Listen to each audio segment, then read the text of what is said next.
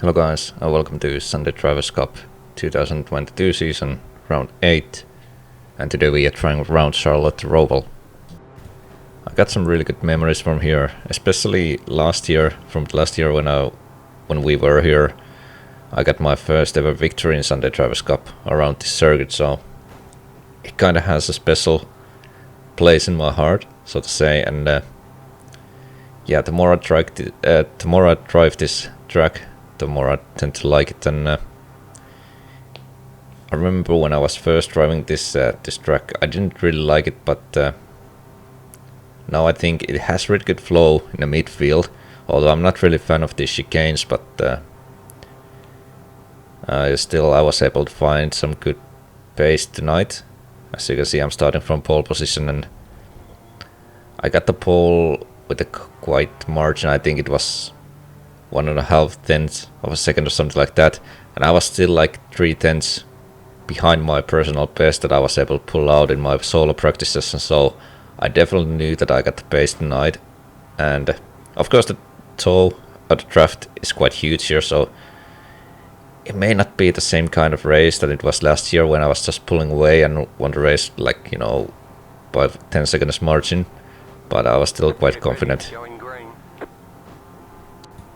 So yeah, having a rolling start in this track is a little bit awkward. Last year, when I was leading the pack, at this point I think I was already going like flat out, but now I decided to wait for the lights go green. I think they are going green around here, yeah. So yeah, it's really hard to have a fair and equal or decent rolling start in this track. But I guess that's just the nature of the track, and who am I to blame? I'm the first one, so let's go. So yeah, it's Jordan Svetanov behind me, giving me a chase already, and in the third position it is Tom Daly. And if you paid attention, his car was lagging very much. That's gonna be problematic if we have to drive against him, if we have to go like door to door, because it's just impossible to know where he is at any given time. But at this point I was just focusing getting away from the guys behind. Here I go. I made a big mistake there. The optimal line goes very close to the wall, and I didn't nail it this time. But it wasn't that big of a disaster. I think I even go or even make another mistake here. So I was all over the place, maybe having a little, like, being a little nervous and just trying too much, I wasn't feeling that relaxed at this point in the race. And actually, when we are now coming to the last chicane, I make even bigger mistake, and as you can see, I'm just going too hot there, and then just kissing the curb way too much. And I could have maybe defended here, but as I said, I knew I have pace, so I just didn't want to risk it this time. I knew I will have my chance still to make a move, but now it's really, I got no idea where Tom is. Whoops! Oh, okay, there he is. That was pretty much, I mean, I could have not done nothing there. That was a very awkward situation. And what's even worse is that I spun very unoptimal place, and as you can see, I just decided to tow my car to the pits. Even though my car was still in a good condition, I could have just, wait all the cars go by and then continued, but it's done now, and now I have to wait like 2.5 minutes, so my race was pretty much over at this point. I even considered like quitting, but then I thought like, what the hell, let's just finish the race anyway. And finally the time counted down, although I still need to wait like 2 more seconds or something like that. Anyway, I could have gone right now, but I was checking out my relative black box, and I noticed that all the leading cars were just coming to the first corner, so I just didn't want to put myself in there because I got nothing to gain. I just didn't want to ruin their races, so I just waited a couple more extra seconds. and now I'm back on the road. And I noticed straight away that it's actually David Mitchell in front of me, just 3 seconds to him. So I actually still got somebody to race with. And what's even better, he's actually representing 1P Motorsport, and they are our team, maybe biggest rivals at this point. So when I'm thinking about team points, this may be still beneficial, this may still matter, this battle actually, so let's push forward. And this is some battling I was having with him, so I was trying to go around the outside. He's holding the inside line here very nicely. And even though I was feeling like I'm a little bit faster maybe, but just wasn't able to find out a clear overtaking opportunity. Also, I didn't want to make anything like stupid, because this is probably gonna be the only overtake I'm going to do on the track, so I have plenty of time to build it and make it happen. And this is lap 5. I was just trying to give him pressure, having a little bit different lines, just figuring out what is working, what is not working. I think here he makes a little mistake when we are going to the oval. Yeah, he missed that corner, so I was able to squeeze in there.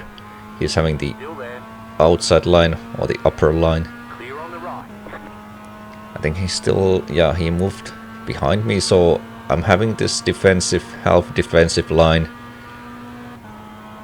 And let's see, can I nail the chicane? Yep, downshifted the first gear, adapting to the situation, but yeah, that was the move, and 1 position gained.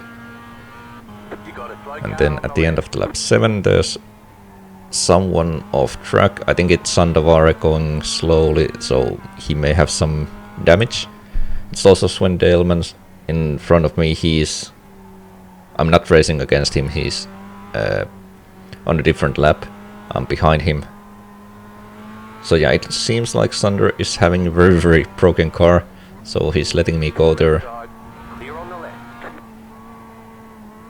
And my race still continues. So yeah, I wasn't trying to unlap myself, I was just trying to follow Sven. And I think here he may have... Did he make a mistake here? Yeah, so he also missed the corner there, or missed the turn, so I decided like, I'm just gonna make a move on him, even though I'm not really a fan of unlapping myself.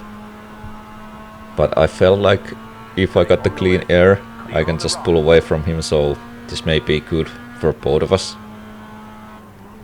As long as we just don't hit each other's in the process. So yeah, and I think I hit the wall a little bit there, but nothing unusual, I guess. Then at the end of lap 12, I found my teammate, another Kalle, and he's defending against David Geddes, who is giving him some good chase. So again, I'm not racing against these guys, although Nuno Sousa, who is front of them, is on the same lap than me, so it's... I mean, if I could get past by these guys, I could attack on Nuno, but I didn't want to throw myself in and, you know, make a mess in this battle, so I was just following these guys and cheering for both of them actually, but of course cheering for my teammate, because he's now, I think he and Michael Elliott, they are going to bring the points for the team tonight, and it is my turn just to be the passenger. And this is lap 15. This battle kept going on many laps, and I got really good front row seat to witness this battle. It's almost like watching live battling going on. As you can see here, I moved to the upper line because we don't have any like communication during the race, so I was just trying to indicating to Dave Geddes that I'm not trying to make a move on him. So I was just trying, you know, using my body language to signaling him that don't worry, I'm not doing anything stupid. And again here, I was just moving to the upper line, breaking the draft. Although there is Sandavara behind me, like 2.5 seconds.